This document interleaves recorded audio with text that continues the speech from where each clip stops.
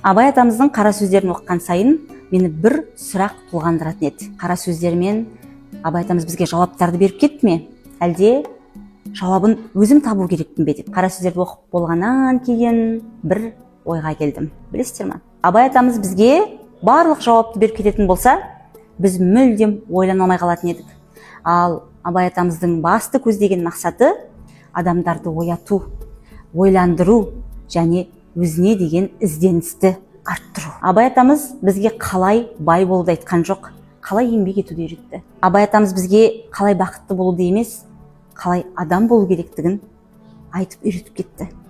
Абай атамыз бізге қалай өмір сүруді емес, не үшін өмір сүруді айтып кетті. Демек, Абай атамыздың әрбір қара сөзінен біз өзімізге дұрыс сұрақ қоюды, ізденуді, әрі қарай өзіміздің орнымызды табуды үйрену керекпіз. Мен кішкентай кезімде бүйтіп ойлайтын едім. Тек қана бай, әке-шешесі жақсы танымал адамдардың балдары күшті өмір сүру керек пе? Тек қана солар күшті оқуға түсу керек пе? Менің анам өмір бақи болып жатса, менің де өмірім жоқшылықтан тұру керек пе деп осы нәрсеге көндіге алмайтын едім. Қара сөздерді оқып, осы қара сөздерге махаббатым ашылғаннан кейін, қарапайым Абай атамыздың бір керемет айтқан сөзі бар.